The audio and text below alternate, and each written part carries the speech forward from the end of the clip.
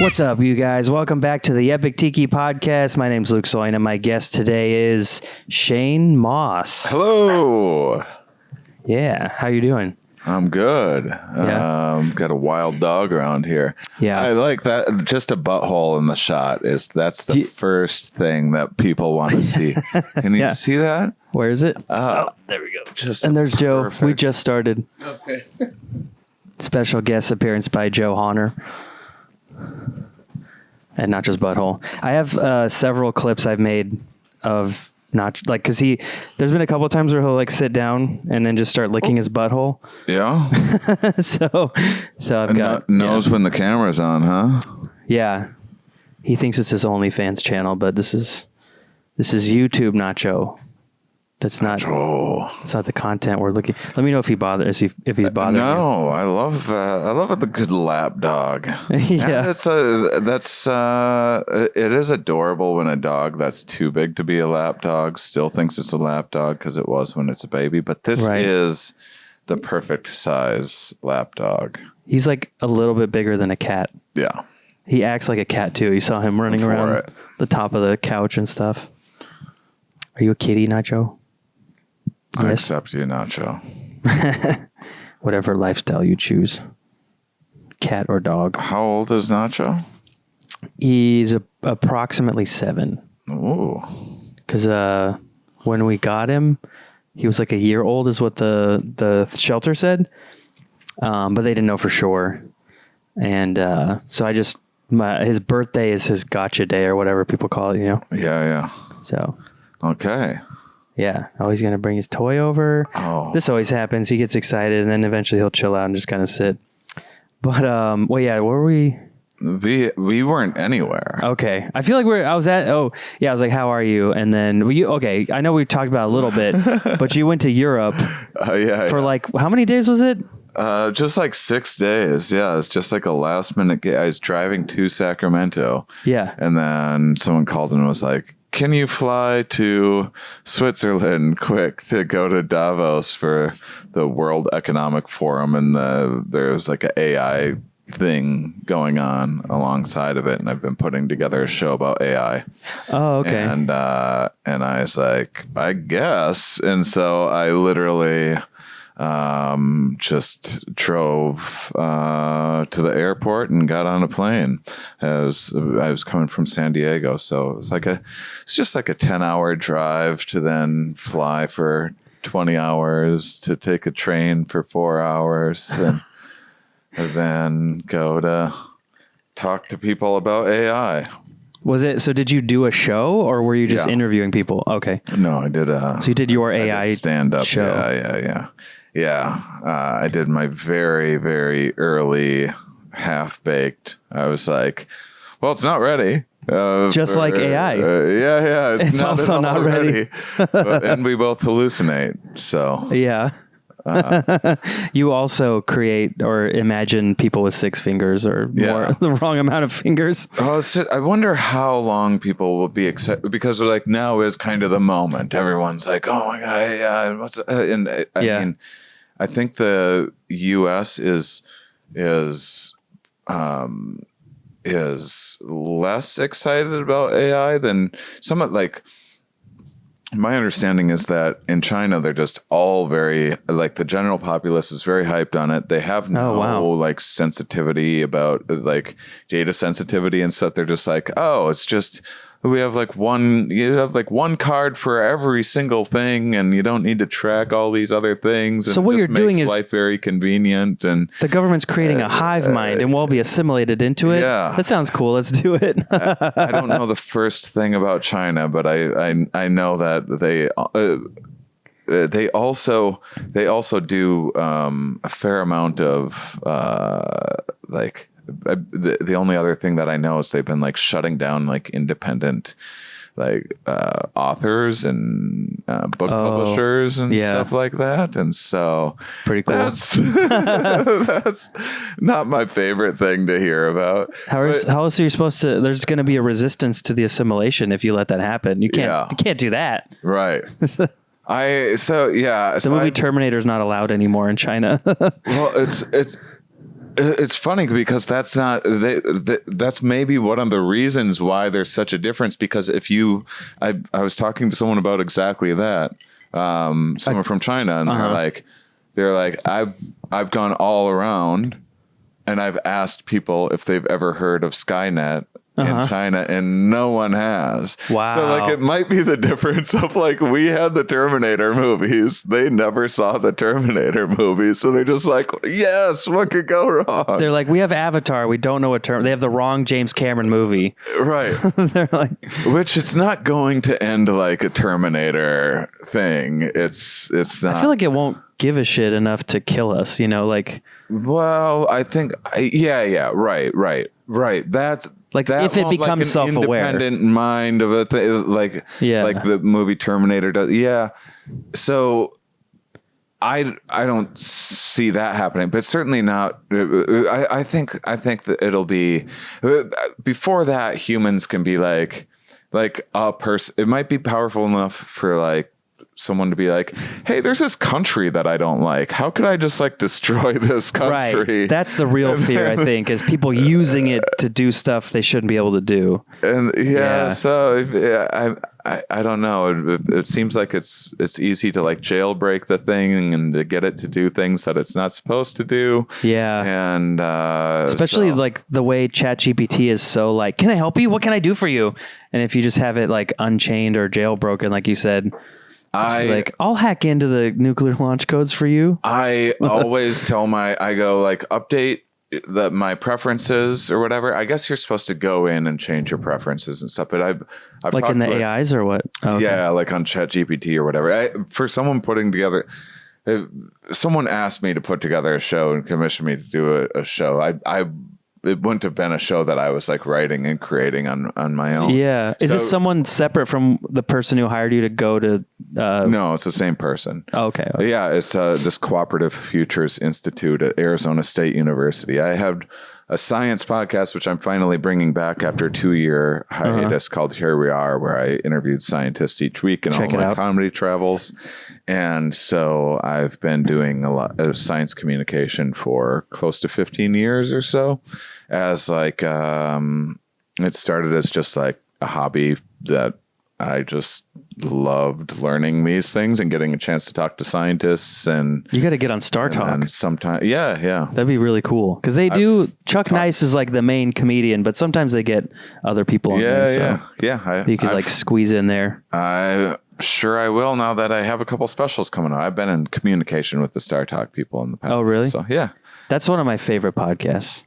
That's not why I do podcasts, because this is not a smart science podcast that interviews physicists. Like Michio Kaku's not going to be here. Yeah. Maybe. If you're out there, Michio, I'd love to talk to you. Stuff like that was like an early influence on me. I definitely don't talk about...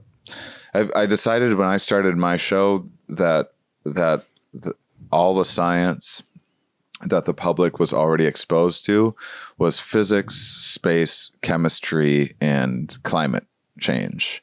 And that was, and so I was like, I'm not going to cover those topics at all, just because I'm not going to be able to get up to speed fast enough. And already everyone knows. Right. It's already out there. You could explore some other thing. Yeah. So like I talk a lot about how the mind works and psychology and the evolutionary underpinnings of biology and things that drive our belief systems. And this is already way too smart for this podcast. We never talk. Usually we talk about Pokemon or Star Wars. Well, the reason why I love this stuff. This is good. I focused on those is because it's actually really accessible, because we're all trying to like, to some extent, be philosophers or psychologists or whatever, and like understand how our minds work and speculate on how other people's minds work. And I'd like to think most of us are doing that, but I think a lot of people aren't. Yeah, that's true. More people should be, I feel like, but yeah, that would be nice. Yeah. And it's also, there's like a difference between, when you say the word like critical thinking, I think people just mean that's like just saying like thinking good, which is like, and then everyone's just like, oh, you're like smart or you're not smart. But there's like actual tools that have been discovered, especially over the last 100 years, to see how the human mind has is wrong in very statistically predictable ways, and those are the tools that scientists have to use to like analyze their data, make sure they aren't creating blind spots, and it's impossible to always get it right. But is that like related to IQ tests, or is this something else you're talking like? This is something else. Okay. IQ tests is like shaky territory. By the way, they're doing something, they're measuring something, but it's pretty controversial what is actually being measured. Here's the good news. There's this Flynn effect. IQ test performance has been going up over time, and it's against an average too. So it's weird. It's a weird effect to see, but it's been going up over the last, I don't know when the IQ test was first developed, but definitely over the last 100 years or so. But 100 years ago, I mean, most people weren't getting like even a high school education. So that's much of... You just get born and you get thrown into a factory and make a car. Yeah, we probably... Or coal or something like that. We are probably, despite it not feeling that way, a little healthier and less stressed than people have ever been. And we certainly have better education than humans had. For even though those are the main things that people would complain about, right? It is the best that human... Well, they're more aware of it to complain about it. And you have more time and, right. You're not concerned with farming all day to have food for tomorrow. You're like, you can just go to McDonald's or DoorDash or even just the grocery store. Yeah. It's the Maslow's hierarchy. Is it related to that? Like, yeah.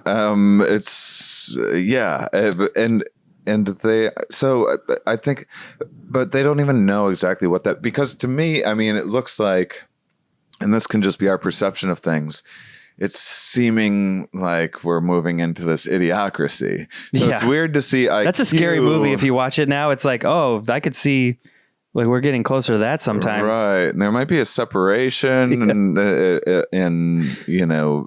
think there probably people that would do the poorest on IQ tests aren't being tested. Probably people in like poorer areas aren't being tested. So it's probably throwing off all the data.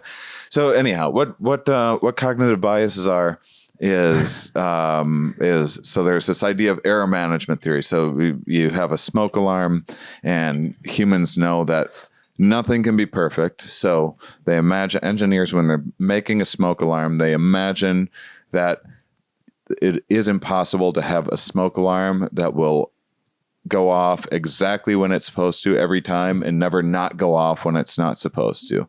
So it's just impossible to know for 100%. So then it can err in one of two ways. It can either go off when it's not supposed to. That's annoying, with toast burned or whatever. And now the customer's maybe going to buy another smoke alarm because the thing won't stop having these false positives, these false alarms. Yeah. Or it can not go off when it is supposed to, and then buildings burn and lives are lost. And so there's a higher cost involved of a false negative, a smoke alarm not going off when it's supposed to. So they intentionally bias smoke alarms to be overly sensitive. And so it's a better safe than sorry kind of engineering. Evolution, by way of selection pressures on our ancestors, have shaped our minds in that same way. So there were people, so whenever there's variety, and then some of these aspects that can be, that are heritable traits. So someone has like a propensity for being very cautious, or someone has just kind of a genetic predisposition for being more adventurous. There's even like dopamine receptors that evolved that made some humans more adventurous, and thrill seeking, and went out and explored more. And then you just described me pressures. And then my girlfriend. That's what you just did. I'm the cautious one. She's like, let's go do something.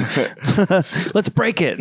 So, and they both have downsides. And so some of those people that were too safe, left less descendants behind than people that were a little more adventurous, and then people that were too risky got themselves killed and didn't leave descendants behind. And so that's how these things get shaped over time. And Sounds so balanced, then you can predict that often in a given context. So like the smoke alarm, we have a negativity bias where humans will tend to pay attention to the negative, the threats a little bit more, stick out more in consciousness.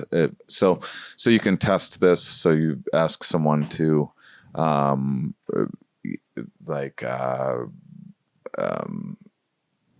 you give someone like a flash a neutral face on a screen and have them like really quickly and have them describe if they seemed threatening or friendly or neutral. And people will in the right conditions they'll describe that neutral face as being a potential threat. And especially if there's factors like if it's someone of an out group or something like that, they'll perceive it as a threat. And this kind of better safe than sorry sort of. If you heard a rustling in the brush, most of the time it was wind, but in the case that it was until you saw glowing lion, eyes, then if you were like that's just wind, and then you get eaten, So our brains have there's probably like 400 or 500 pretty well studied biases like this that make up like personalities with, or that just kind of it's basically like wrongology. It's like here's everything that the human mind is generally wrong about. So it's not when you're assessing something, you can predict. You give people this thing to assess. Like the price of something, and if you throw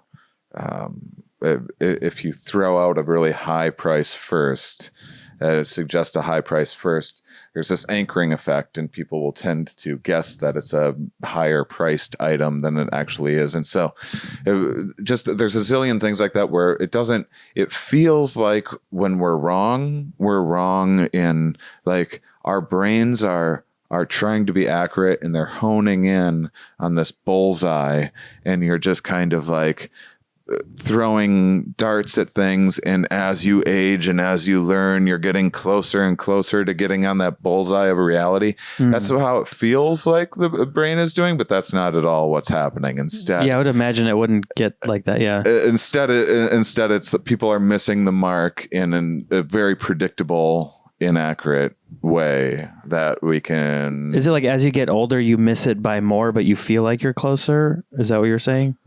Not necessarily, but that can happen. It depends on the situation.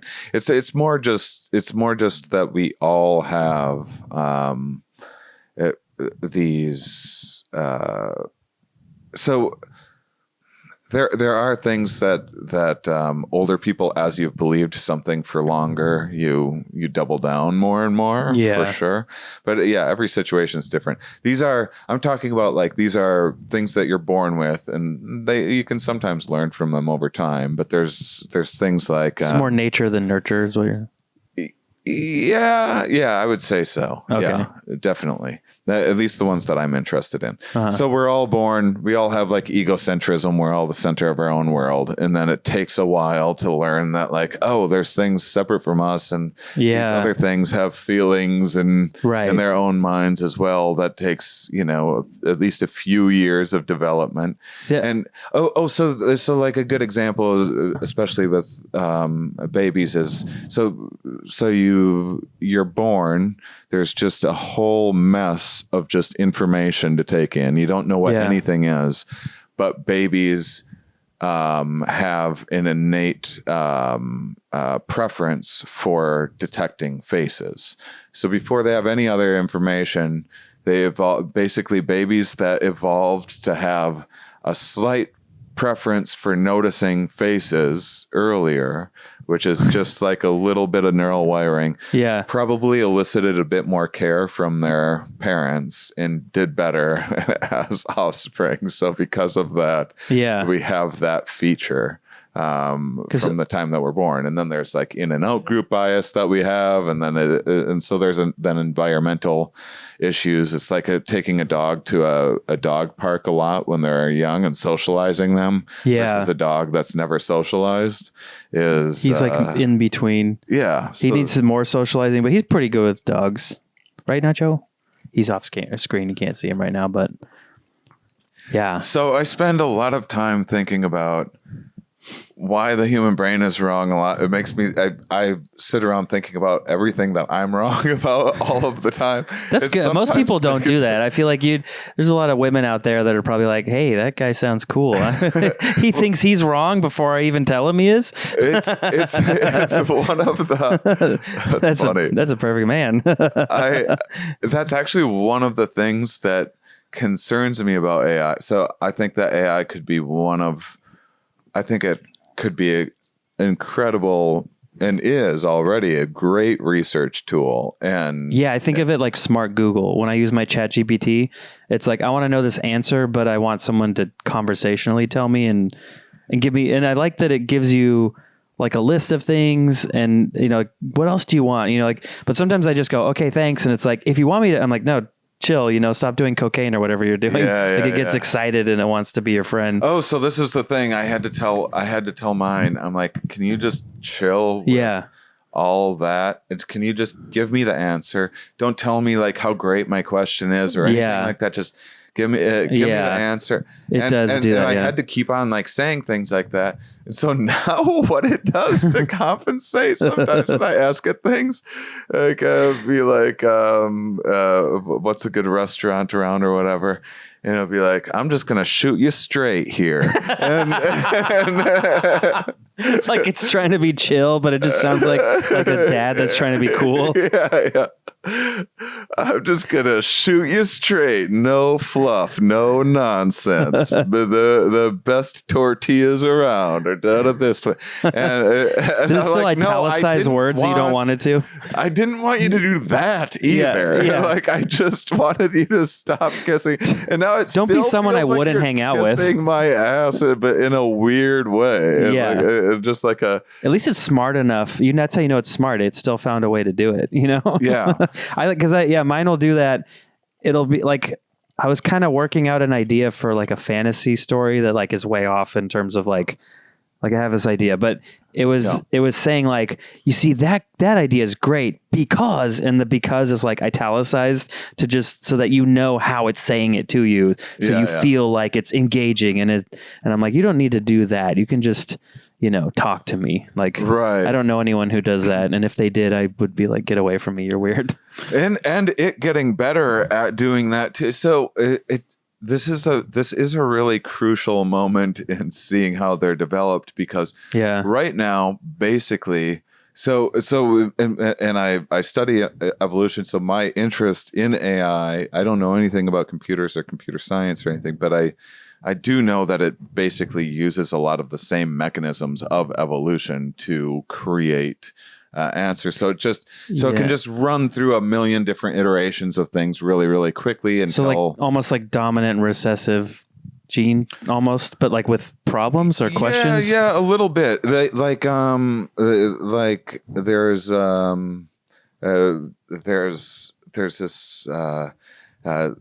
this game Go that's more sophisticated than chess. I've heard of that. Is it a Chinese game? Yeah. Yeah. Okay. And so the Deep Blue had beat chess, and so the next benchmark was could it beat AI, and it beat a good player, and then they had to play this grandmaster, and the AI made some move that was seemingly so stupid that no professional player would have ever made that. They thought the thing was broken. The game kept on going and it ended up winning like handedly, and maybe because it made this really bizarre move. And that's exactly and that's because it's able to run just millions and millions of simulations to find the best answer, see what works. And it's almost like cheating. Like it played a bunch of games out and then it was like, I know everything you're going to do before you do it. Yeah, and that's how evolution works. Evolution doesn't have a direction though. Like AI has like a goal in mind. Evolution doesn't have like a goal in mind. It only looks like that in hindsight. It's not chaos, but it just kind of goes whatever the flow. Yeah, it's not chaos. I mean, there's statistical patterns that emerge from chaos, but it definitely so life has found how to turn what is mostly chaos into something that is somewhat stable order systems.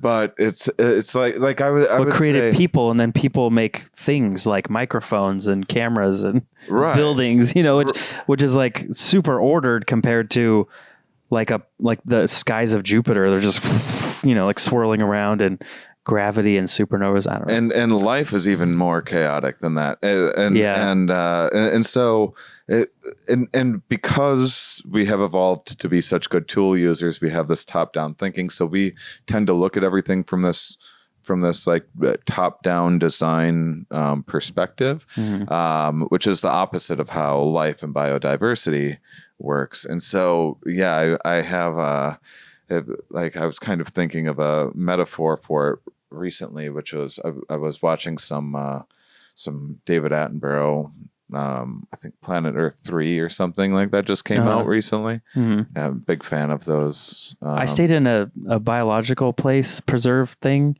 in Costa Rica where he stayed like 3 rooms over. They had a little plaque, and it was like David Attenborough was here in 2014 on this date. Oh wow! I was like, that's kind of cool. That is cool. Yeah, it's like 100 now. Yeah. But there were these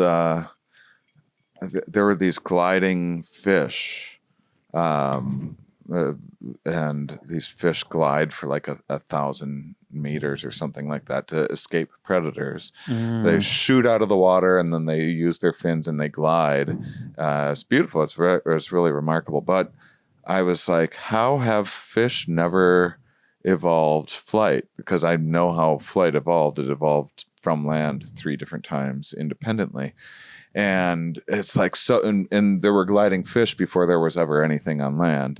And so say you were at that time before there was anything on land, and say you were like playing a sim or something, and you had this idea, you saw this thing like almost flying, and you were like, you know what, I want that fish to fly. You would think about just reinforcing its wings and figuring out, wow, there's this much drag in the water, and then once it's up, it needs to have these different qualities, and how do we execute that? And like passing through the air is different than water, probably, like wing wise, That's why it's never happened. To create lift, But if you instead just let evolution do its thing, evolution would be like, oh, I have an idea. I'm going to doesn't have an idea, but we'll just anthropomorphize.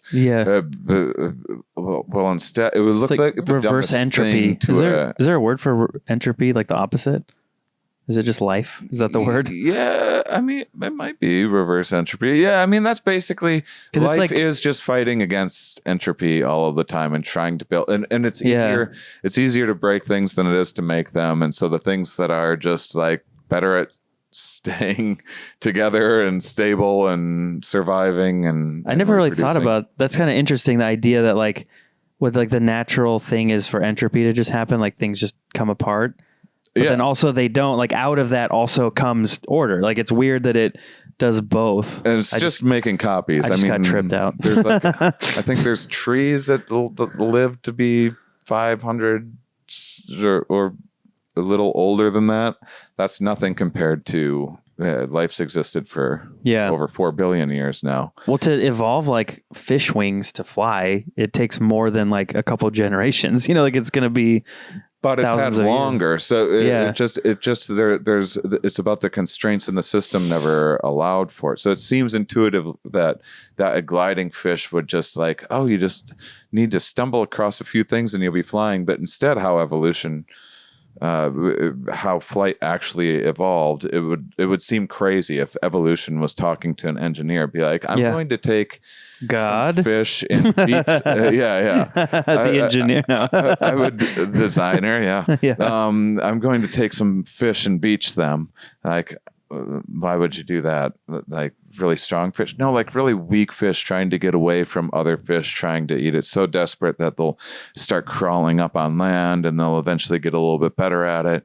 And then, after that, we're going to give it some limbs, like, like legs, so that it can then flap and flap. No, four limbs. We're going to get rid of all the like the wing-like things completely, and just have them walk around for millions of years. And like, well, that's the dumbest idea I've ever heard. If you're trying to get something to fly, what are you going to tell me? You're going to make it heavier next? Like, oh yeah, heavier and bigger, actually. And like, well, how heavy and big? The heaviest, biggest things that have ever been on Earth, these dinosaurs. Like, well, how does that lead to flight?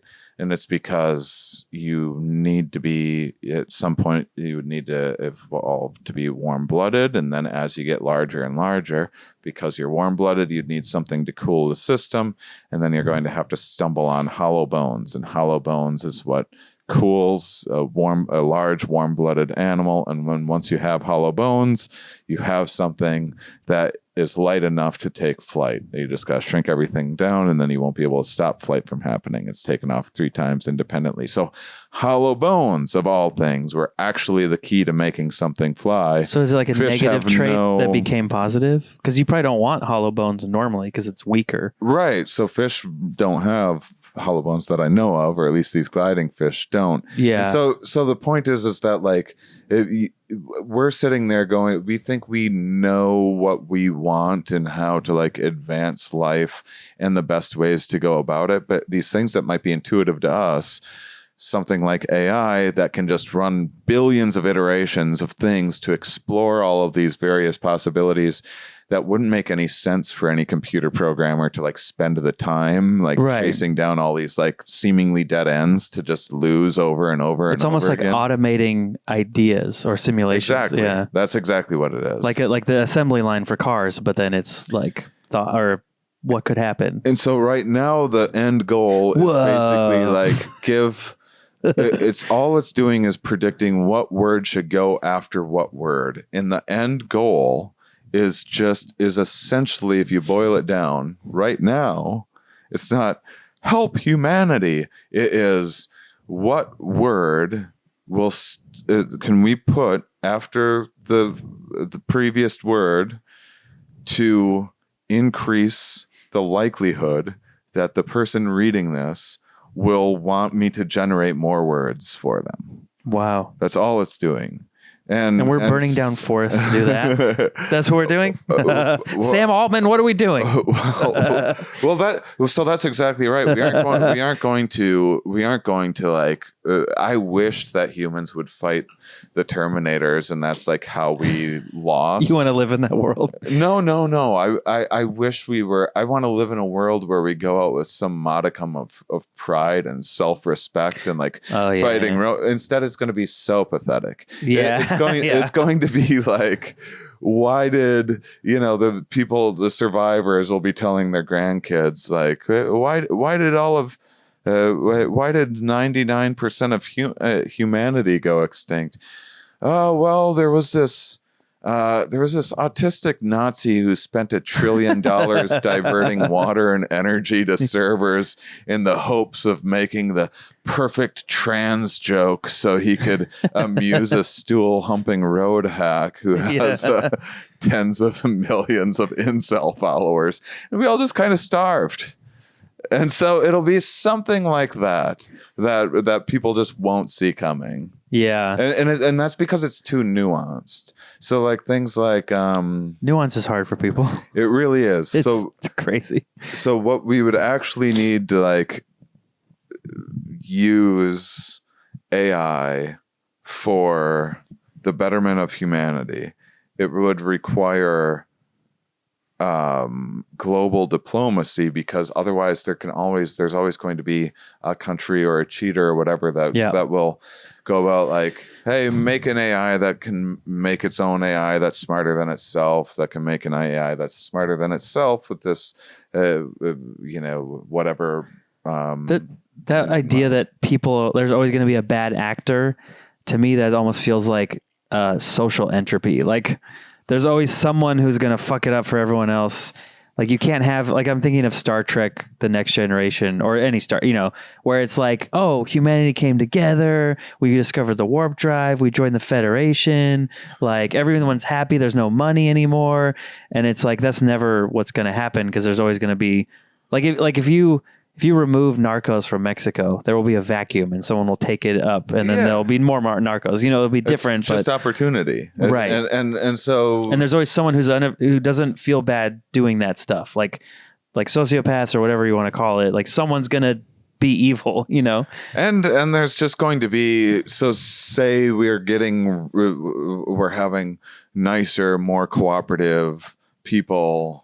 That's going to lead to more trusting people. And then it's just going to be greater. At some point, there's always going to be a greater and greater opportunity for a cheater too. Every species has this, especially cooperative ones, where there's like always a few, there's like some cheaters in there, and there's some, and there's ways that you can exploit, and then there's ways of like punishing exploiters and things. And so yeah, we would need, for AI, we would need global diplomacy, like on the scale of like what we did with nukes. But nukes are like easy to wrap your head around because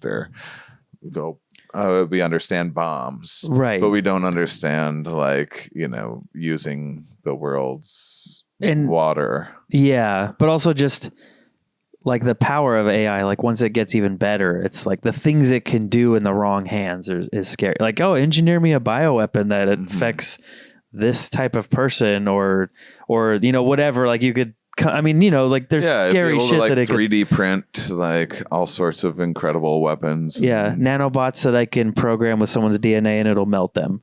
Yeah, it'll be like Warhammer shit, where it's just like, I don't know if you know Warhammer, but just I don't. But okay, I feel like they have like crazy bioengineered. I don't know. It's like a crazy sci-fi thing, but just like needling someone and then they just fall apart because the nanobots know how to, like, it's only going to affect them. It won't affect anyone else. Or you could, I don't know. I'm going off the rails now. That is like the speculation. I don't know how much I buy into the idea, but that was like some of the I think it was influenced that around the time of World War II and the first like Hiroshima and everything. But there was this idea of like, maybe this is why we have yet to find life elsewhere in the universe, is because once something gets complicated enough, it eventually destroys itself. Destroy itself. Well, that'd be interesting if we could suddenly go to these other planets that we found, like the exoplanets. Like, would we just find ruined cities, or would it just be there's nothing out there? Like, there's a lot of nothing. I don't know. I mean, I think that life is not that hard to like. Well, life's just hard. It's hard to get life started. Yeah, and then it's also hard to sustain. Like I'm sure lots of life kicked off. There's no like strong evidence for this, but I'm sure that plenty of little sparks of life kicked off for a very, very long time before the first spark of life that stumbled on copying itself. And even that probably happened many, many times before the one that led to like a successful chain of events that led to our evolutionary history and the branching like bush of web of life that we have. Well, yeah, because I mean, our planet's so old that it's possible there was a bunch of dinosaur periods or something, like, times where things got to that point, but then they got destroyed and they like disintegrate or whatever. They went away enough that we can't find evidence of it, and then it restarted again. Is that what you're saying? Or probably not that. Okay. But probably just like single cells, something like really small, because we can we can find fossil records like pretty easily, and like really, really small fossil records in periods of time. But there was 5 mass extinctions. Each one brought about more diversity of life after the fact, because there was opportunity again within that. Like that's what the extinction of the dinosaurs led to. The small rodents that were burrowers come out that led to us. We came from small rodents that survived the asteroid and the the Master Splinter. the stuff that came after it. But so, and we might be in the 6th mass extinction because we have like 70 species a day dying. Anyway, that's what I'm concerned about, is that no one, there's like zero talk about that. And there's way more talk about colonizing Mars, which doesn't have a 4 billion year old ecosystem to draw from and take for granted. Right. It would take the effort. Like, it sounds cool, but it's also like the effort it would take not just to get there, but to establish any kind of like habitation that didn't suck, you know? It's a nice 1,000-year plan. Like 1,000 years, humans should be like really thinking about getting on their way to interplanetary. Yeah. But I mean, anything that we're going to do in the next 50 years with our current technology is going to be absolutely worthless anyway. The most it will amount to is just sending some people to on a one-way trip to live in tubes or domes, to live in a tube with like no windows. And I would go insane. That's like worse than going to prison. Yeah, it would be better to go to like Pelican Bay than it would be to go to Mars. Absolutely. And grow potatoes that you farm with your own shit, which also is impossible. You, prisons are way more people than living on Mars. There's a thriving economy based on ramen. Years would be. Yeah. There's like drugs. There's people are getting laid. Oh, you'd probably get laid in space, I suppose. Here and there. I mean, in prison though, it's if you're straight, you're only gonna be able to fuck other dudes.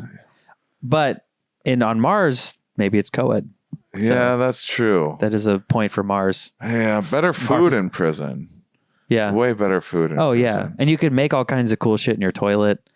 You can, and then they drop out. Like, I worked for CDCR for a year, the California Department of Corrections and Rehabilitation, and they sent an email once. This was pretty funny to me. I guess like they got really like I don't know if they still do this, but they fly drones over the yards and they drop stuff.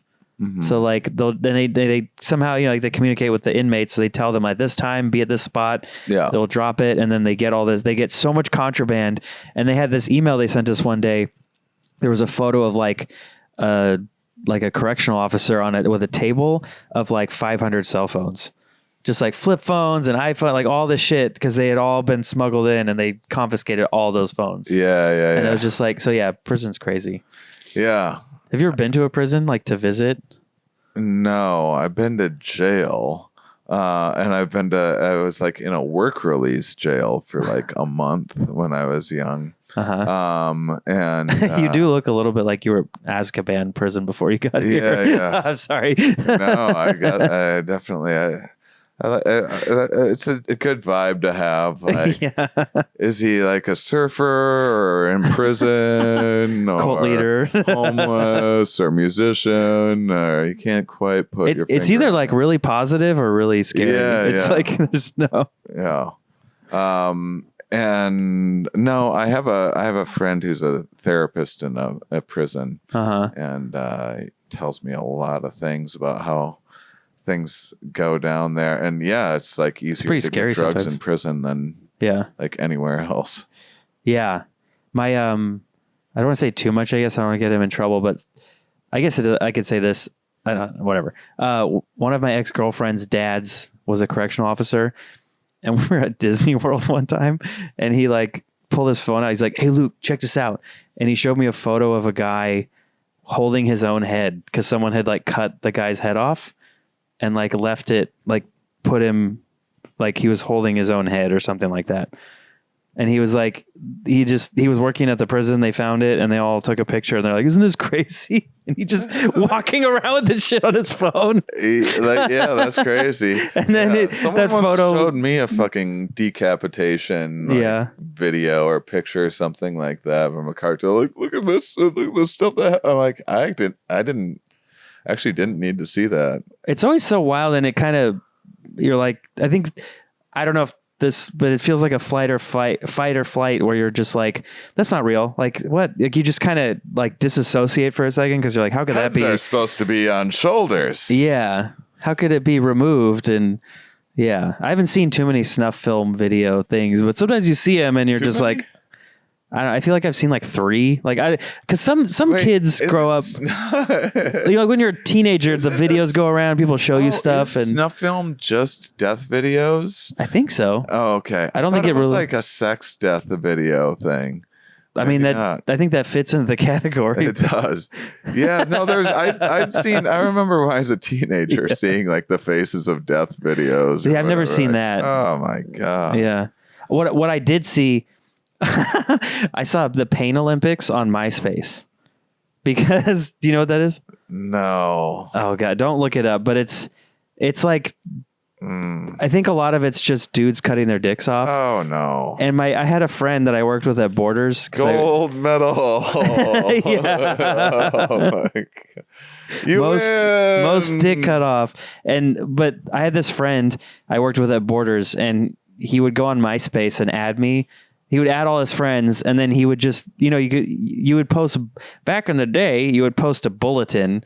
So you would post a bulletin and you click on it and there's a link to some video and it's just dude like tying up his testicles and chopping them off or whatever. And I remember just like he would do it and then get banned and then make a new account and do it again. And it was kind of funny, but it was also like, why the fuck are you posting this shit? So yeah, don't look up Pain Olympics or do whatever, It was awful. Yeah, there's I also don't like why would you do that? Like you have to be mentally ill.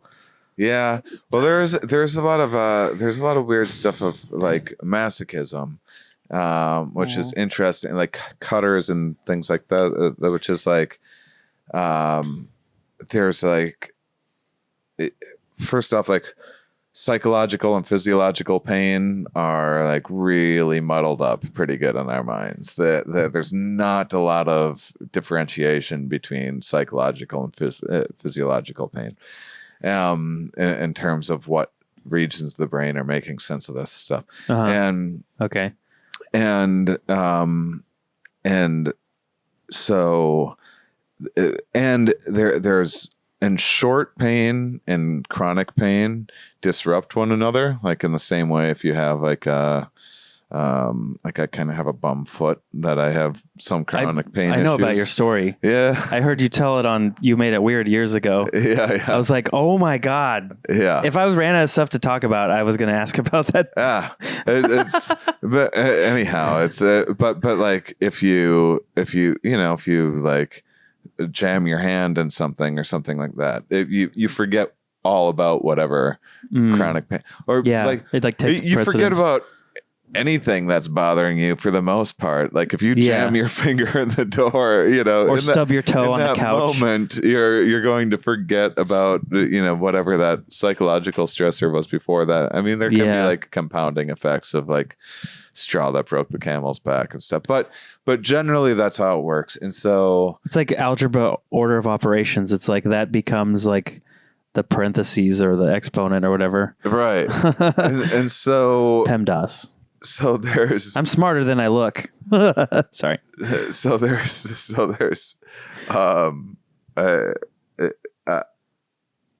there's also like a real.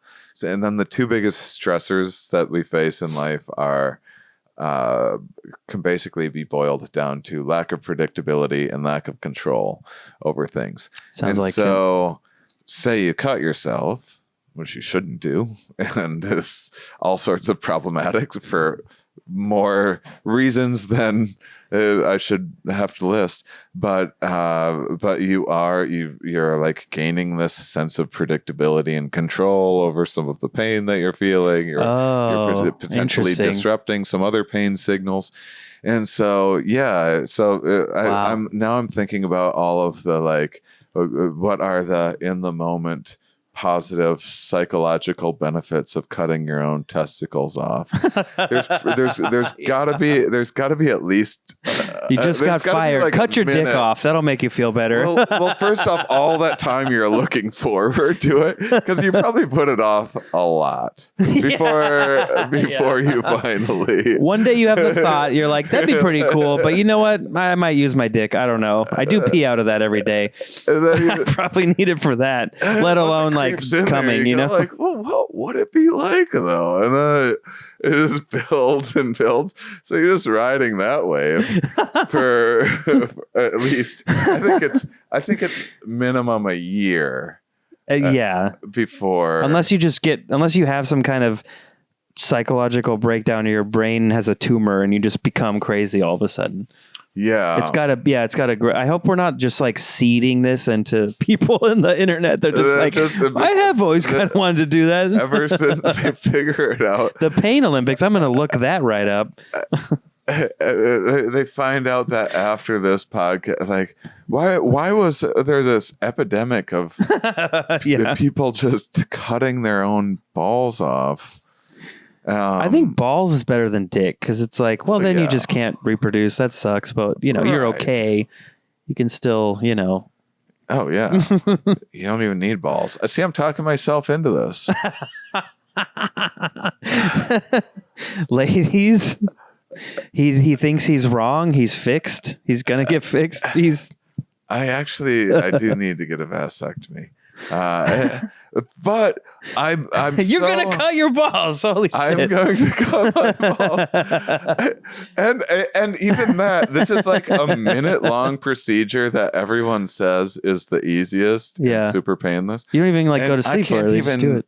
Right? Yeah, they don't even put you. Yeah. I think they just put some like topical cream or something like that, and some CBD oil. They just rub it in.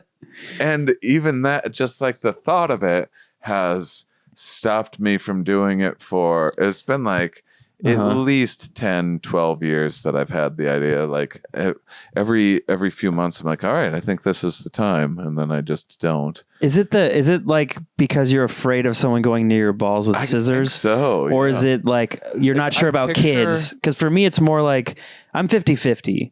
Like my girlfriend definitely doesn't want kids. Yeah. And I'm like if it happens, cool. If not, like I'll be okay with that. So I'm more like I want the option. Yeah. I'm not afraid of them doing a little surgery on that, Yeah. Sometimes I'm like, well, there's like 1% of me that's like curious about having kids. Yeah. And so like, I don't know if I want to make it permanent, but now I'm 45. And it's like, yeah. Yeah. It's caused so many problems. Just, not having a vasectomy is just very problematic. Yeah. So I just got to do it. But instead, I picture that's the main part is I picture like little scissors going into my tubes or what. I don't know. Yeah. Why don't they just put you to sleep so you don't I don't care if it's painful. Honestly, I don't want to feel that a thing is happening. I want to be awake so that I can make sure they're not doing something else down there. I want to. Yeah. Why don't you hear those stories? Like people stuff in it or something. What would they do for? Yeah. Like it's a really quick procedure. And I don't want the government putting a tracking device in the balls. Like just once a week. They're like, all right, everyone did good this week. There's no screw ups. Okay. We blow off your steam. You get to you get to fill this guy's balls with weird stuff. Well, you're in there. We put a bunch of marbles in. And if he thought he had a third testicle, loser. Like if we don't let them do it to one guy a month, they do it to way more than that. You need to give them an outlet. We got to let those, what are they, technicians? What would you call them? So if they put you out, the idea is it's like 10 people are going to run in and start messing it's more, have you ever heard of like the stories of someone like, oh, they're getting like something wrong. They do the wrong thing. Like there was a story I heard on a podcast about a guy supposed to be like, don't operate on this side of my body. Right. Like, write that on. Like they take out the wrong kidney or they like this guy woke up and they had removed his hands because it was for someone else who had to do that for some reason. But then there was someone and it's like the guy just doesn't have hands now. That's scary. Yeah. I don't like that. I mean, I don't think that's what? I don't think that's... Oh, yeah. And then you can't... What are you going to do with money? Joe said... Joe off screen, he said, you get paid. And I'm like, well, what? Robotic hand. We don't have it yet. But with AI, maybe we will in the next 50 years. Yeah. We'll have cyberpunk hands with ninja swords. That'd be pretty sick. I think. Yeah. You use voice. Yeah, I think that. So the other thing with AI is it's funny that all the talk about AI, because we've had automated computation doing very sophisticated, impressive things for a long time, and it has been increasingly getting better. And now everyone's talking about AI, and it's because AI seems to be just the label that we put on things that we don't like totally understand or that seem like magical to us. And It's very like egocentric of like, oh, it talks like me. That's AI. Right. You don't, but you don't like you've had predictive text on your phone for I remember AIM at chat least box. 10, 15 years, right? Like our phones have been like predicting a word as you start, and no one's been like, this is crazy, and it's just, and then that it can generate like images that are like similar to what artists do, but it's doing, lots of incredible data computation to say, like, I think it will vastly improve the medical sciences potentially, and also just things like computational models have been doing things like that for a long time. We're just calling these things AI now, right? Because they can talk to us better. Your dryer has some like auto sensor thing, like we go like, oh, self-driving cars. It's just like whatever the new thing is seems magical. Yeah.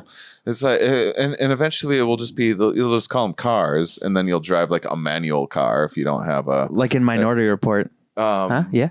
And then what? I didn't. I think we ran out of tonic, but sorry. Whatever. This is a very casual podcast. We're making drinks in the background.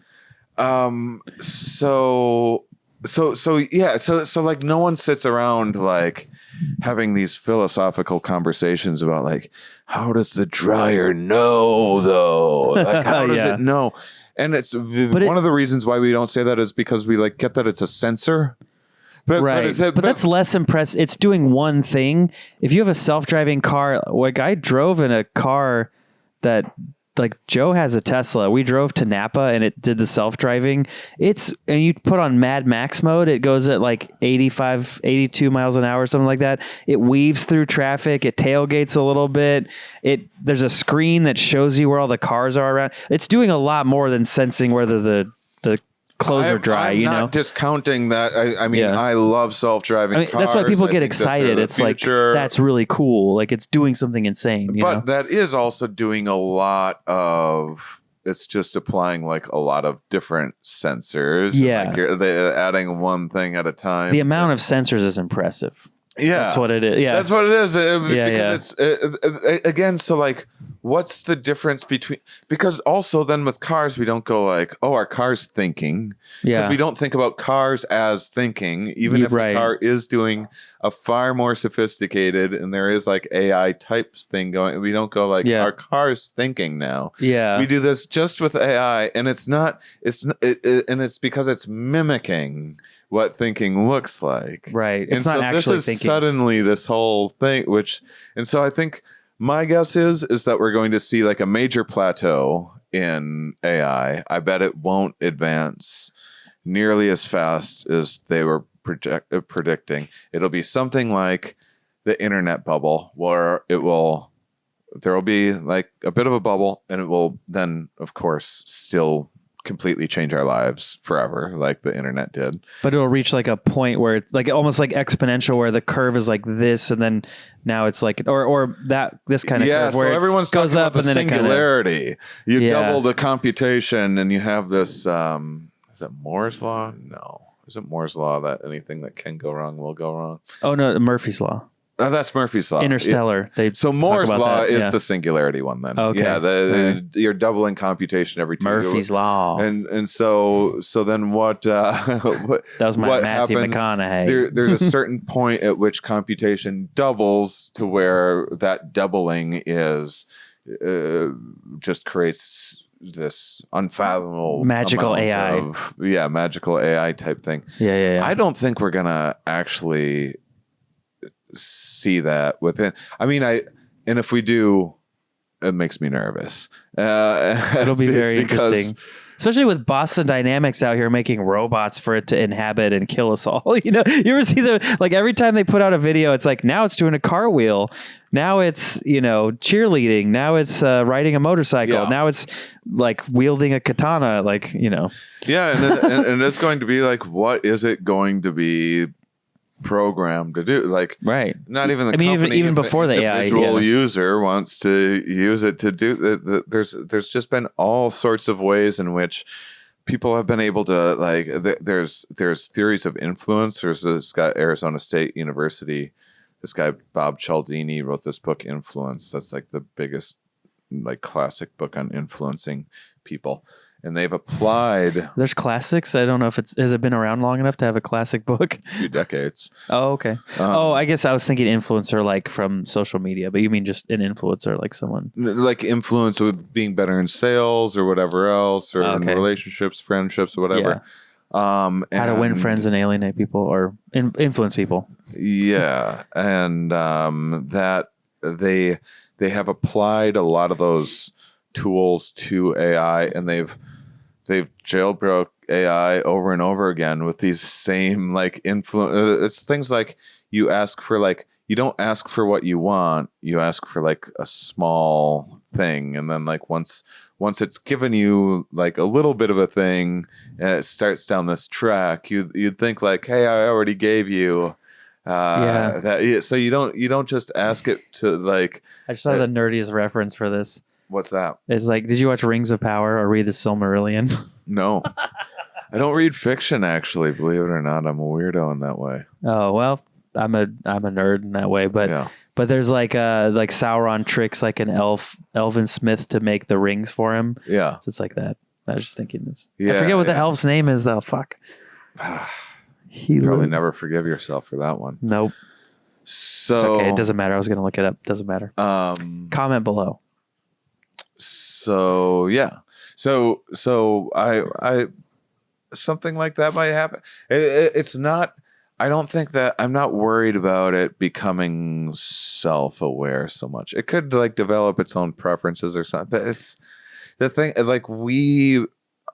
Whatever we call self-awareness in all of our morality or whatever is because things that had it led to more. So think of even a will to live. It seems like this fundamental thing, life. Yes. Why would you? The reason why you have a will to live is not because there's anything inherent about a will to live. We would have had plenty of ancestors in the past, or potential ancestors that that had siblings and things like that just didn't share that will to live, and they just didn't pass their genes on. There's nothing inherently objectively good. There's subjective good things, but we come from a long line of things that just stumbled on this trait that's life, yay. But there's no objective good or bad. There's that's a subjective judgment that we put on things, right? And so if a meteor hits the Earth, that's bad to us, but to the universe, it's meteors hit stuff. Yeah, exactly. And so and our subjective realities are incredibly important to us, and I'm not saying that the objective truth of this fabric and how many atoms are in the fabric of this couch is not nearly as meaningful as is the couch comfortable to sit on based on my judgment. So I'm not saying judging things as good or bad is a wrong thing to do. What I'm saying is that I don't understand why an AI that develops some super intelligence would have some subjective inclination, which generally runs counter to how objective reality works. Right. And objective reality is how we've gotten more advanced and intelligent, and then we find what is objectively real, and we make often counterintuitive discoveries that have led to all of these technologies. It's been by like debiasing ourselves from our subjectivity has allowed us to increase our knowledge. And so if something is becoming super smart, like why would it'd be like, I like me and I want to have like self-preservation, and so, or like I don't like so and so, but why would it have the same inclinations as we do? Its perspective is so different and weird. And it wants to like kill humans, because and I guess the argument is, well, maybe it just wants to have self-preservation. Some of it will evolve some weird tendency for self-preservation, and then or it'll see us as inefficient. As a threat. Yeah. There's always that, like in sci-fi, it's like the humans were inefficient or whatever, you know, or the Matrix, like they're better as batteries. That's like the silliest thing ever, though, because it's like there's much better power. Not good batteries. No, not when there's the sun or like solar power, geothermal power, like nuclear, you know, fusion. Like there's so many things that are way better than building towers and putting humans into them. You know? Always does it so. Like I remember when the Matrix came out and I watched it, I was like. People were like, wasn't that the best? I was like, oh, have you not thought of that before? Like, you haven't thought, like, are we in a simulation? They're like, no, like that idea had never occurred to me. I was like, oh. Most people aren't curious that way, or they don't like. I grew up reading science fiction, so I always had crazy ideas in my head. Right. Like, I didn't even need any psychedelics to trip out sometimes because I would just think weird stuff because of like. Orson Scott Card or whatever, you know. Had many psychedelics because you say trip out. Yeah, I know. Like, it's not cool. I know. Like what a grandma says. What is the correct terminology to be cool? No, you can say trip out. We're bringing it back. We're bringing trip out back. All right. Okay. I was just trying my damnedest for a joke. Oh, sorry. I ruined it. No, we're doing great. Okay. Okay. But there's oh shit. So where were we? Fuck. The AI and like why the Matrix. Why would it be like Matrix? Yeah. So the Matrix, I like one of my favorite like silly, laughable things. The battery thing is very ridiculous. Right. I agree. It's a cool image, that's and it's maybe that's maybe the number one dumbest thing. Number two is I cut you off. Did you? It was a cool image, but no, I mean like it's visually striking to see Neo wake up in a little like a gross pod and then panning up and seeing all the millions of other ones. That's like really crazy, like whoa. And then but where the next thing you're gonna say was it the next one is, so you take the pill, you go, okay, I've discovered I've been in the Matrix the whole time, and there's like this whole like force acting against me that I need to like use my mind to navigate the simulation or whatever. Oh yeah, if you're Neo, it's if you're Neo. But the first thing you do, so I'm in a simulation. Like, what do you want to learn? Karate. Yeah. Like the first thing to break the simulation. First thing you need to know is karate, so that you can fight the programs inside the simulation because they also do karate and shoot guns at you. Of course. So that you can have like incredible, never done before filmography and like choreographed. Yeah. You know, and to be fair, like I watched The Matrix again a couple years ago. I was like, this is still pretty sick. Like this is a great movie, even though it's silly. What's funny is I actually liked the people shit on the follow-ups to it. I was the same way with Star Wars, where people shit on like the follow-ups to it, and I was like, well, it seems fine to me. I just didn't have such high expectations after the first one. I was like, first one I was like, oh, it's a good movie. I like the sequels. People hate them. Yeah, I thought the sequels were like, what do you mean? It's like it's the same. They're pretty creative, and they do different things. Like they try different stuff. Like it's not completely successful, but I think they're good. So that's why that's from now on people are like, you like The Matrix? Like only 2 and 3. Don't care for the first. And they get upset, and you have to debate them for 3 hours about why. Well, because now I'm already in it. Now I've gotten over we're incubating batteries and this thing and learning karate. Like, I just couldn't get over how fucking stupid of an idea that was. And you hear that, Wachowskis? But by 2 and 3, now it's like, well, I've accepted the world that you've built. And, and well, I mean, a lot of movies, it's like there's like a suspension of disbelief that you have to do in order to enjoy the movie.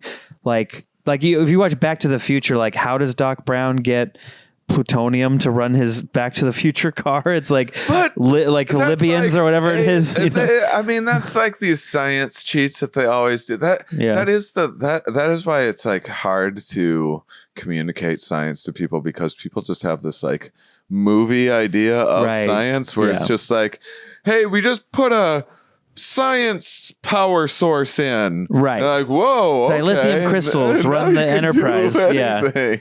Well, that's the thing, because like a warp drive. It's just like a metaphor for, like a super power source or whatever. Right. Or it's like a way to just get to do that cool thing, because warp drives are theoretically possible. Yeah. But the amount of energy it would take to warp space and time. Someone has been listening to Michio Kaku lately. He would have told you that. Star Talk, yeah. Yeah. The Alcubierre drive.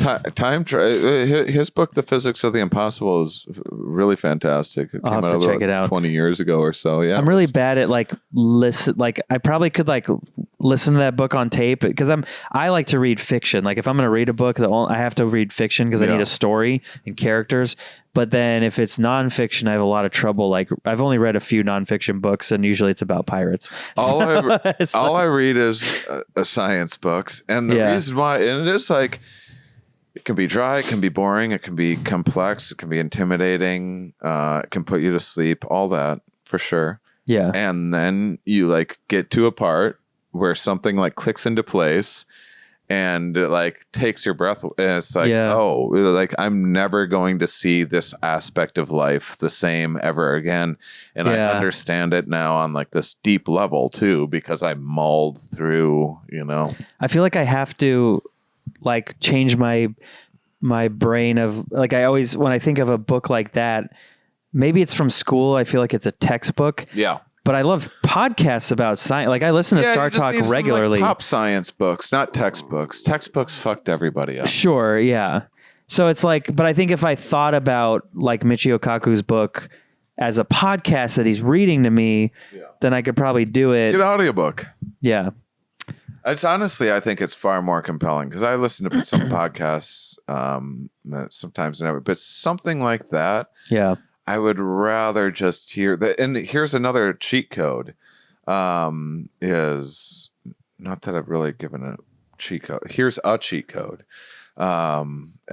which is most pop science books. So I've had to prepare for like over 400 interviews with scientists. Yeah. Most pop science books, if you read the first 3-4 chapters, you're good. There's like real diminishing returns after that. And they have to, because people, at least how people used to do, they would go into bookstores and they'd read the first, they'd sit there and they'd read the first chapter or two. So I worked at Borders. I saw that. Front load the first part of the book with like basically all of the information that you're going to need to make you buy it. You mean? Or so and so. Say you were like, should I read 12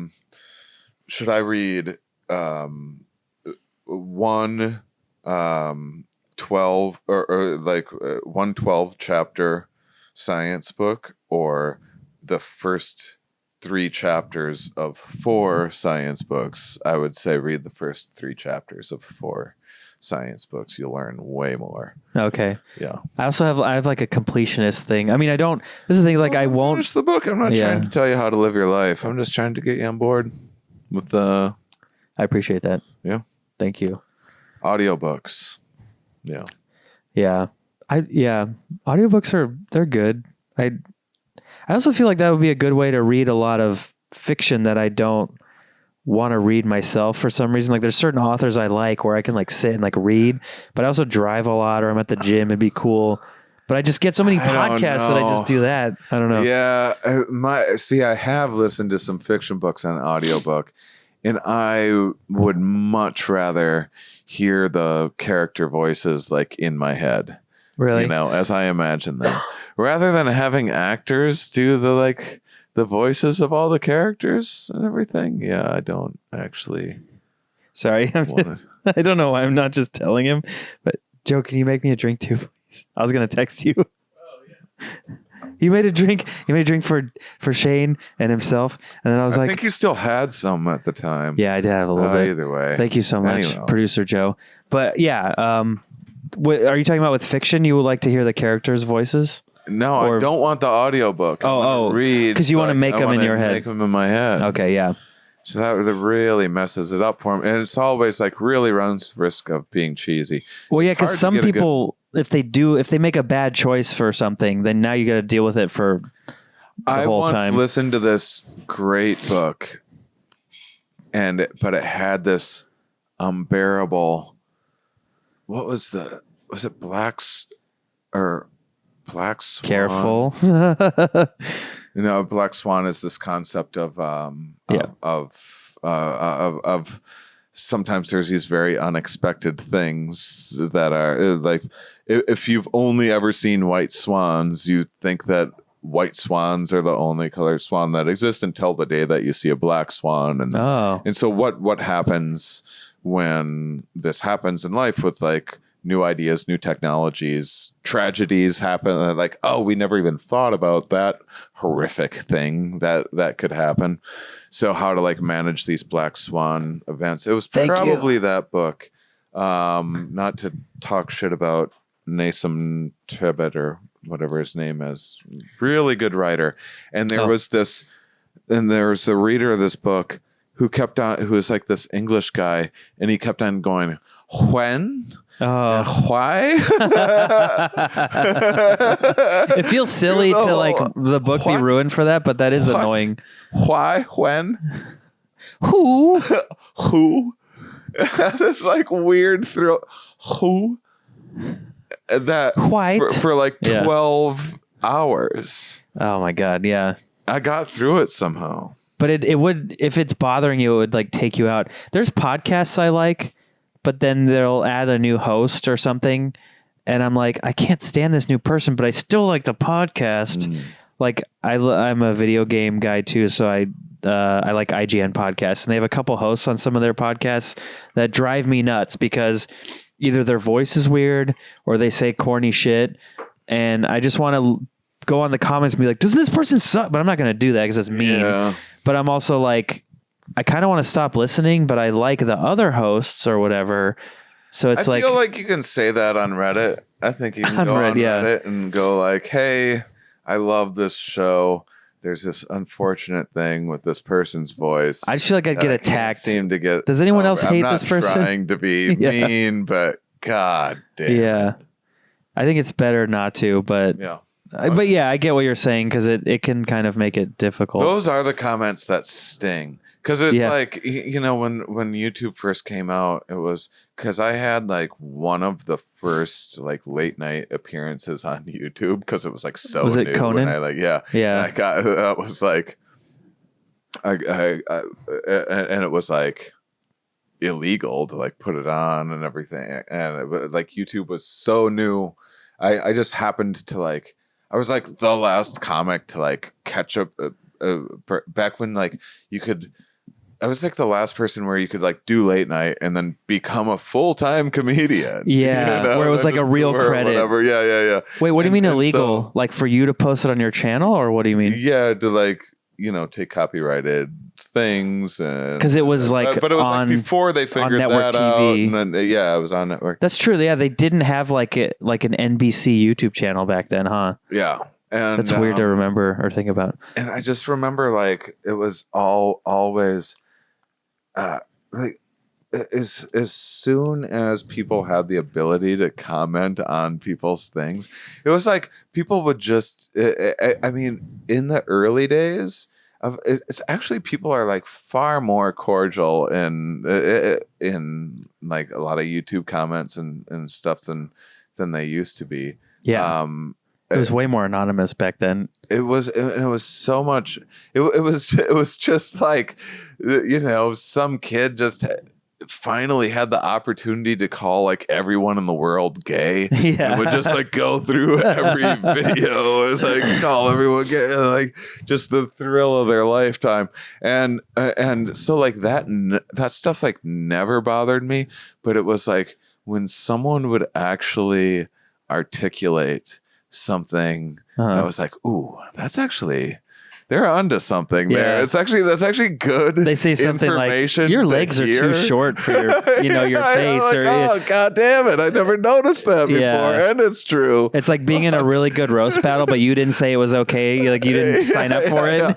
They're like, how did you get there with that? Why would you say that about me? I haven't had too much like internet fame or success at all, but I've had a couple mean comments, but the worst, like, I don't know, I have this joke about like these jokes about my dad being dead and stuff like, and someone just wrote meh or something and I'm just like, but your dad oh, the fucking internet. Oh, it didn't make me feel bad though, because I'm just like, I commented back, I was like, where's your dead dad joke? And then they just never say anything, of course, because it's just some douche that's like scrolling and sees a joke and is like, not funny, I'm gonna tell him. I'm like, what stand-up have you done? It's my mom thinks like, these jokes are hilarious, so by the way. Yeah. I used to be like, when the internet was new, I remember commenting somewhere on some news article that I hated the writer, or the writer sucks. And then he like responded to the comment, and then suddenly it was like, I felt so bad, and I was like, I'm sorry, and then after that I was like, I like this guy, but for some reason I just didn't like how he wrote articles, because I thought there was something goofy about it. Yeah. And then once he was like a real person to me, I was like, oh, I'm sorry, and then I liked him. It was so weird. I've heard Mark Norman say that a bunch. He's like, as soon as you respond to them, they're like, oh my God, I'm so sorry. I didn't know you were actually reading this, And it's like really funny how there's got to be some weird psychology with that. Yeah. Oh, well, it's like humanizing, I guess. Like people just like, they don't expect, understand. Yeah. It's very strange. Yeah. What was it like to do Conan? Because that's really cool. I used to like dream about doing that show, and now it's not possible. Yeah. It was fun. I mean, it was like, it was a really, I mean, I was like young. I was like in my 20s. I had just started comedy and stuff. And so it was like, oh my God, all this thing that I dreamed about for so long. And it was very exciting. It was fun. I mean, I will say like late night performing on late night is like that. So that's the fun part of it, is that you're getting to perform on late night. The actual like performance is like kind of a pain in the ass, because it's like, there's cameras between you and the audience. It's not how you would set up a room for laughter. Yeah. It's not how you would set up a room for successful comedy. And you're not on stage, right? You're just on the floor, and then they are on like and then bleachers. And then not only that, but then the audience is also like, they're looking at you through the monitor, because they're like, there's a bunch of tourists that are like, oh, I get to see how TV is made or whatever. Yeah. So they're looking at you through the monitors. They're looking at the cameraman. They're looking at like how Conan's responding to you or whatever. Yeah. So you're looking at there's cameras between you and an audience. And then you're looking out at an audience that is like they're laughing at you, but they're like not even looking at you most of the time. They're like looking at all these. They're watching TV of you, even though you're there. Yeah, so it's a really strange feeling, and like the energy is like, weird. It's not.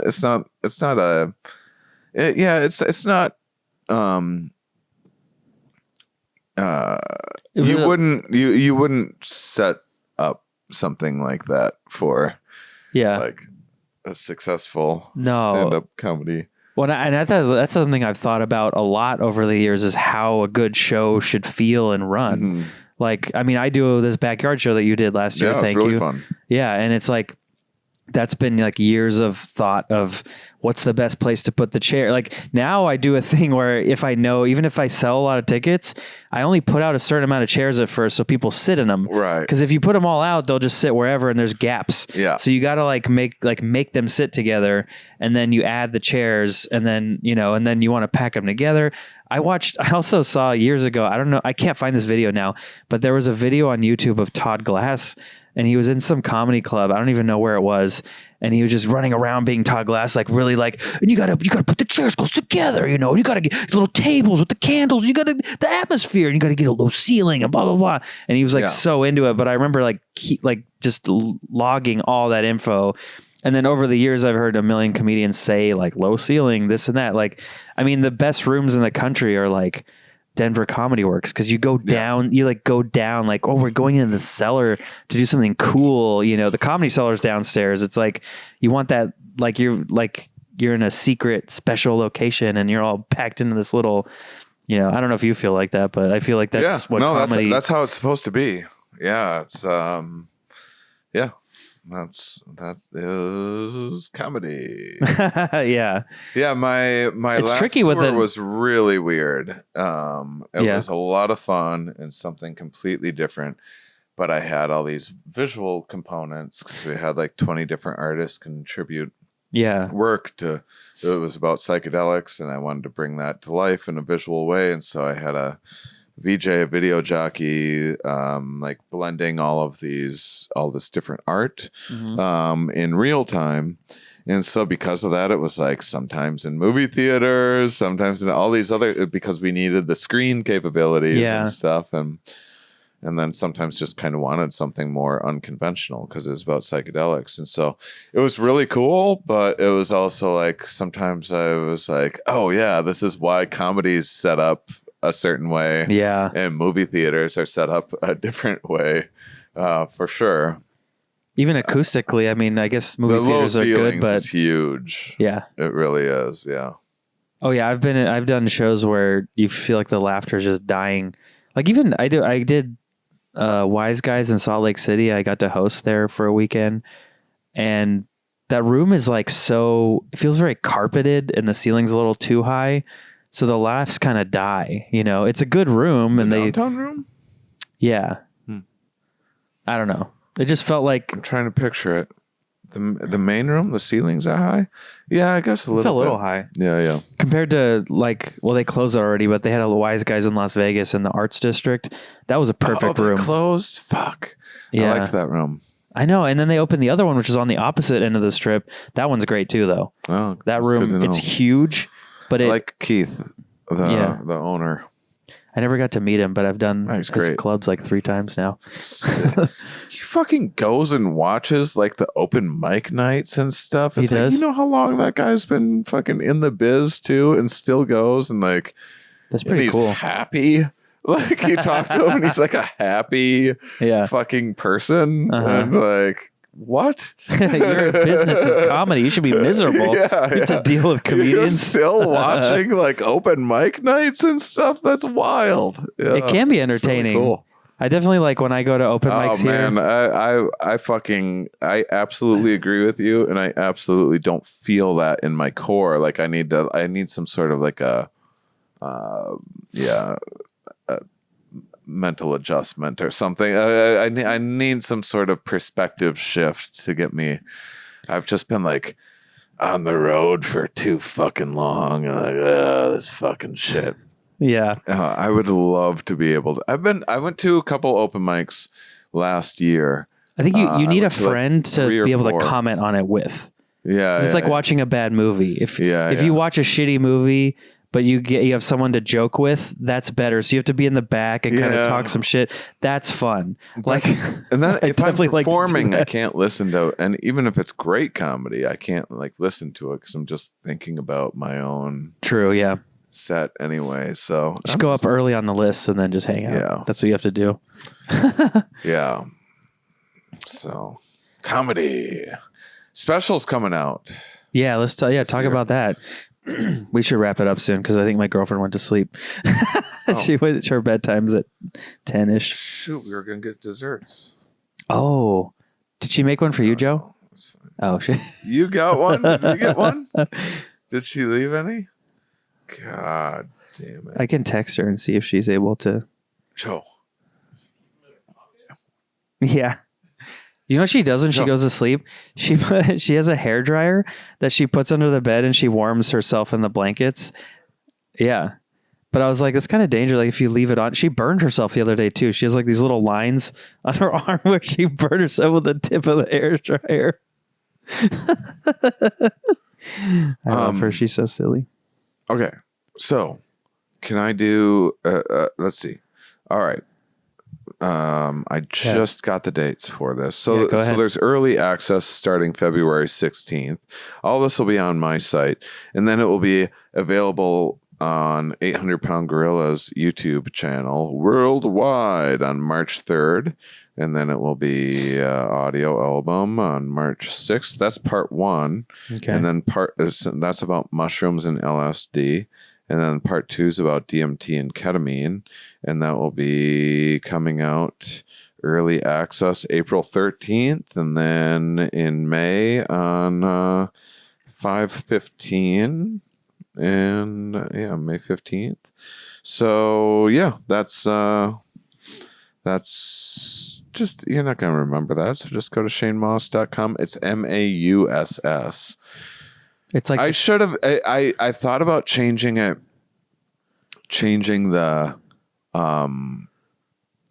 I should almost do this. So I thought about changing my name to MOSS, like legally changing it to that, or using that as a stage name, because people get so confused and then they don't spell it right. It's a whole thing. But then I could just start pronouncing it the original German way, which is Mauss. But then they might spell it MOUSE. Like mouse. Yeah. Like the animal. Yeah. Then you still have to change. I don't know. Either way, at least I have something to blame for any lack of success that I might have grievances with. Why do you pronounce it moss if it's mouse? Don't know. It happened somewhere along the line. Yeah. And I didn't know. I shouldn't ask that as someone with last name is Soyen, and I think there's probably 8 ways to pronounce that shit. I don't even know. I didn't know until I finally met some German people with the same spelling. And they're like, well, it's mouse. It's mouse. It's mouse. Yeah. So yeah. So it's what's it called again? Trips. Trips. It's a 2-part special all about psychedelics. It's the first comedy specials to ever like have a video jockey, at least for like the full show, as far as I know. So it's not like a PowerPoint presentation. It's everything like blended in real time. And then you had a really cool suit. I feel like I've seen photos of you from when you recorded it, and it's like he's got a cool 2 cool suits. Yeah. And then it's the first ever anything recorded at Meow Wolf. Right. I was about to say it was recorded at Las Vegas? Denver. Yeah. Okay. The Las Vegas location is my favorite, actually. It just it doesn't have a space for a show. So it's more just the exhibits. It's not. Well, they have. It's just not a. It doesn't matter. It's a long story.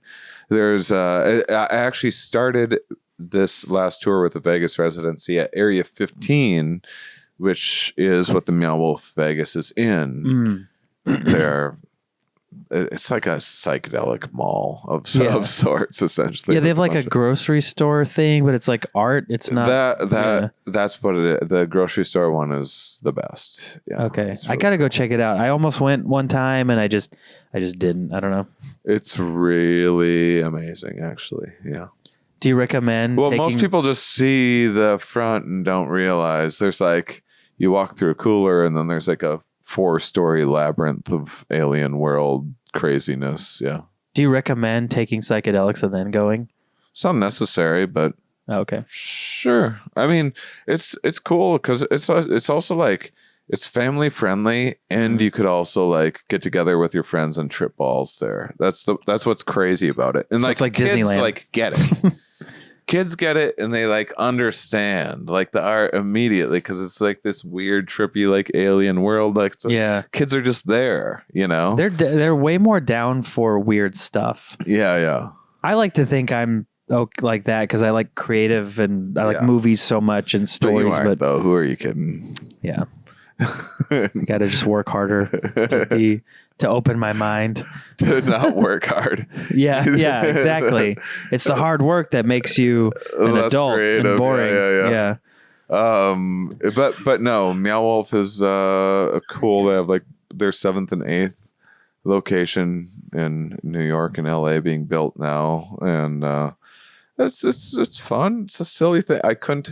It was my number one pick for a place to record the special by a million, and so I'm glad that I got it worked out. They were really generous, and That is cool because as an artist, it's hard to get to the point where not only like do you do what you want to do, but then you get to choose how you do it. You know, like that's tough because I feel like a lot of times you do a special or, you know, like I'm trying to make a movie and it's like, you know, I'm not dealing with executives or anything, but I imagine when you do that, they're like, they have all these notes and ideas and you're like, you're dumb, shut up. You know, like, oh yeah, I mean, it's a lot of like, you know, what rates can you get in what because it's also like, how much is the film crew going to be in a given area? Because that can, you know,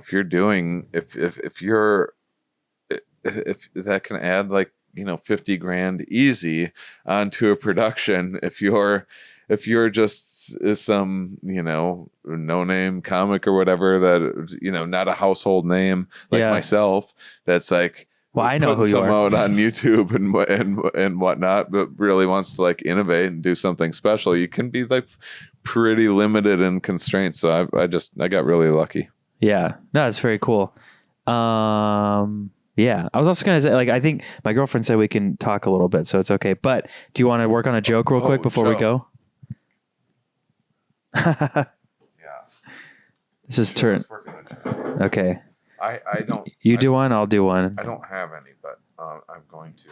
Okay. You told me this 2 minutes before we recorded, and. But you got to be working on stuff. You're putting out a special. You have a new hour. Like yeah, but I'll tell you about like my joke writing process, and it's why I don't have like jokes in such a formal sense. Okay. But yeah, go on.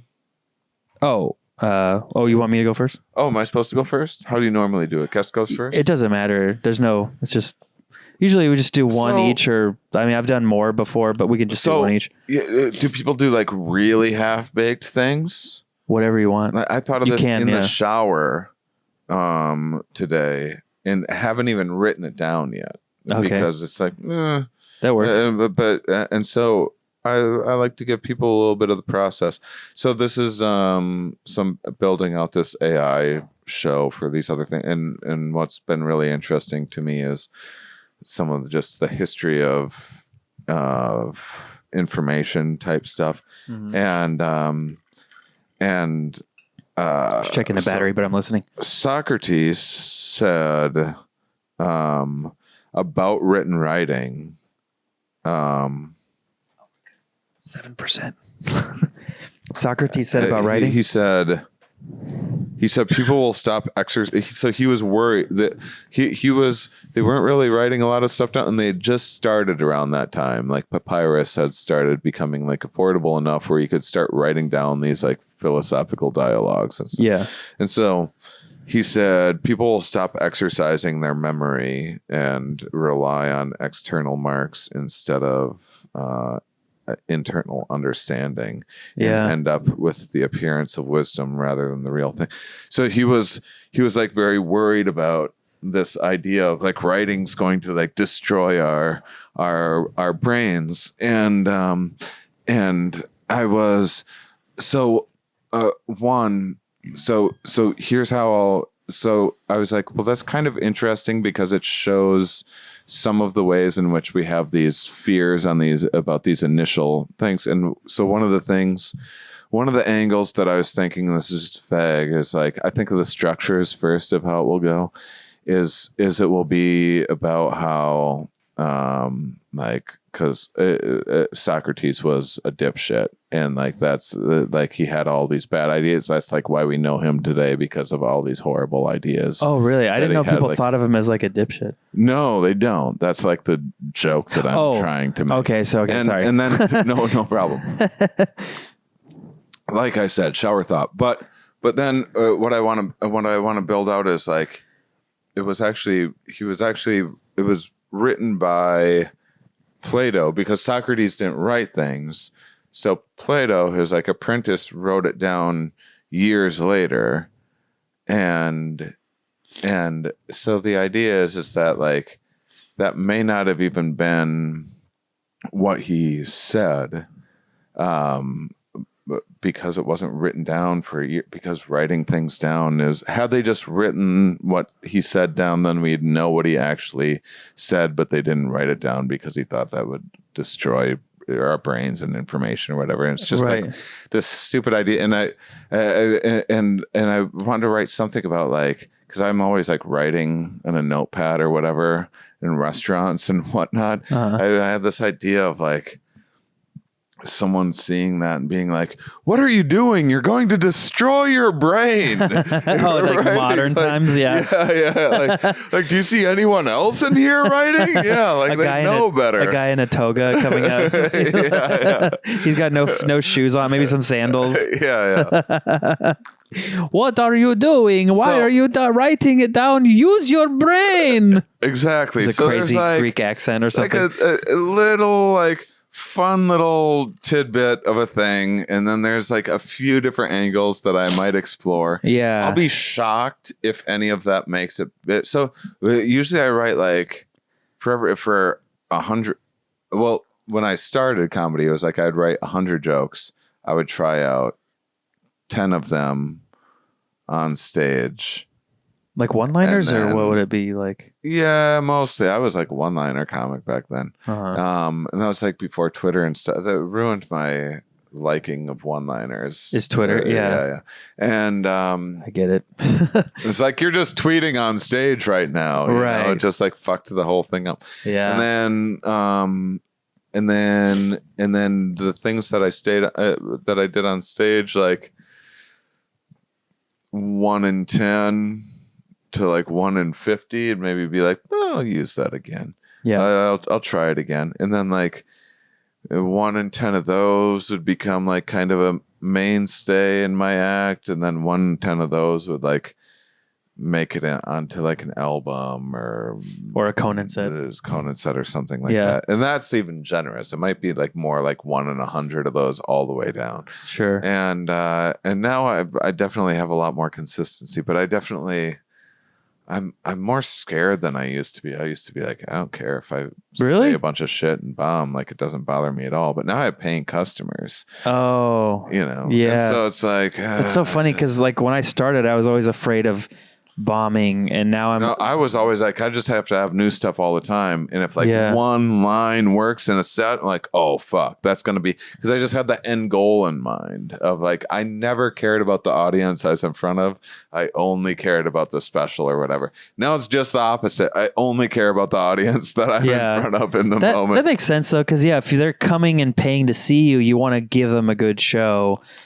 Like for me, I haven't really headlined very much. I've done some shows where I'm like the 20-minute headliner at the end of the show, but I'm not doing a weekend or a theater or something like that. So I don't have that responsibility. And when I do the backyard show, I just kind of insert myself right before the headliner. So it's almost like a warmed up audience where I get to mess around, and then the headliner comes out and does their thing. So yeah, that's interesting. Tell me a joke. But I was just going to say, I don't know if this helps you, but when you brought up the Socrates thing, it's almost like reassuring for the AI stuff to me, because it's like he was so scared of paper. There's been so many things like that. So another thing is when trains were first sorry, I cut you off. No, it's okay. But that's another good angle, because like when trains were first invented, there was this serious concern that if you traveled at faster than the speed of a horse, because they're like, it's all this horsepower. They're like, well, what happens if you go faster than a horse? People thought you would maybe suffocate. Right. Like, like the wind will be going past you so fast, you won't be able to breathe. Everyone else suffocate. They clearly never saw Mission Impossible 5 where Tom Cruise hung off the side of a plane and took off into the air. And yes, he did have to wear special contacts, so his eyes were okay. But so there's been all these adorable fears through time, and then like adorable fears. That's good. happen, and then like not knowing, like what the written word, the problems with like printing presses and stuff were not they were propaganda based. They were used distributing fake news by tools of authoritarian strongmen and stuff. And pseudoscientists and snake oil peddlers and whatnot. I wonder if there's something like what would you call adorable fears? Yeah. I wonder if you could like say something like, and then it was like we invented the nuclear bomb, and everyone's like, we're gonna bomb each other, and like we only bombed Japan, everything's fine. Something like that. You know? Well, they actually there's with nukes, and look how Japan's doing. They're doing great. They thought there was a non-trivial percentage of risk that they're like, this could evaporate the entire atmosphere. Right. Yeah. They didn't know what would happen when they did it. Yeah. You should try it though. I know. And then also, I believe it was Hiroshima. It might have been. I forget if it's the first or second bomb, but they tried to do something to make it weaker. Basically, they tried to add a thing to make it weaker than they knew how to make it, and all these like U.S. Navy and all these people like blew up in this thing because it was they miscalculated, and it was like 100 times larger than they had anticipated it being. So it goes both ways. Yeah, adorable and not. Yeah, it's adorable that they thought it wouldn't be that big. Right. I don't know. Yeah, I like that. I like the silliness too when you said of the guy running into the thing and being like, "Don't write that down. Your brain is rotting." And it's like, I don't know. I grew up eating sugar cereal and watching like Howdy Doody or TV or whatever. Yeah, it's like you're supposed. Don't you see? Like we're supposed to be like watching whatever like sports thing is on right, and then seeing like Cialis commercials and fucking for your memory of that. Yeah. Okay, the battery's about to die, but I'll try to run through a joke real quick and then we'll get out of here. Let's do it. Okay, so I've been working on this joke. It's about my girlfriend. It's approved. She's approved it. And the joke is like, my girlfriend doesn't want kids, which I think is funny because she's Mexican. I'm like, do you know who you are? Like, it's going to happen whether we want it to or not. Because she's your girlfriend, you can say that. Yeah.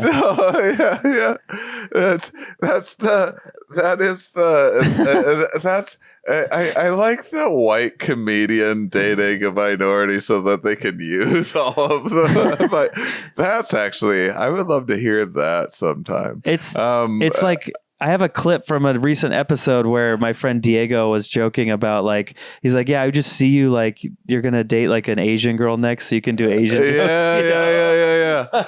That would actually be funny to talk about on stage. It's been kind of working. Like I'm still developing because I think one of the problems is I have another joke about having a baby. So I need to do that one after.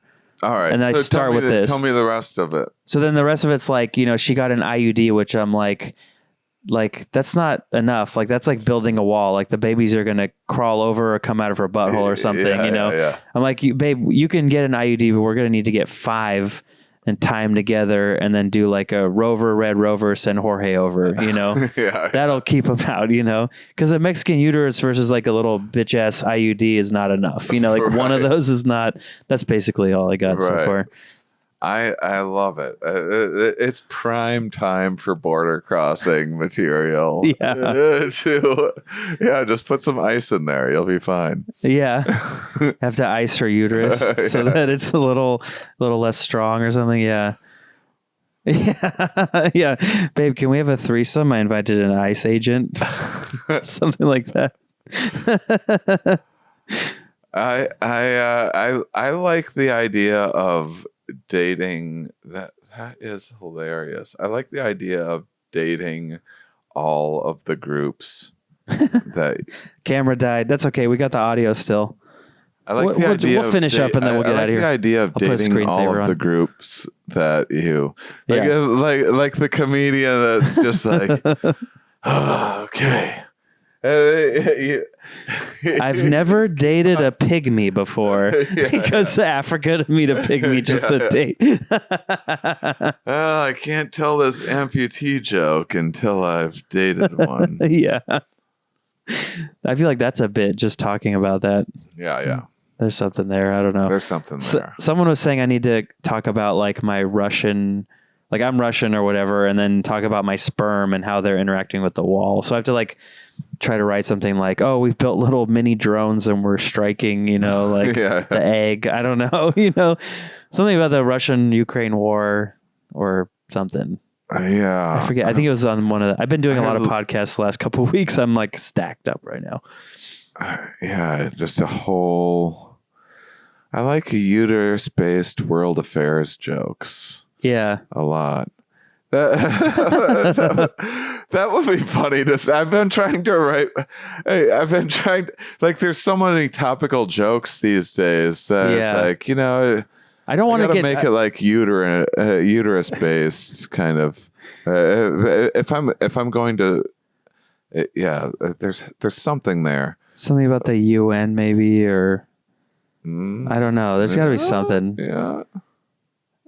Yeah. I'll keep working on it. We'll get there. I need to that's the thing. Sometimes lately I've been like, I'll go on stage sometimes and kind of riff something out. I had like another joke about my niece. This one's fucked up, but it's funny where I'm like, cause my niece's dad is from LA and my sister's like from here, like Sacramento.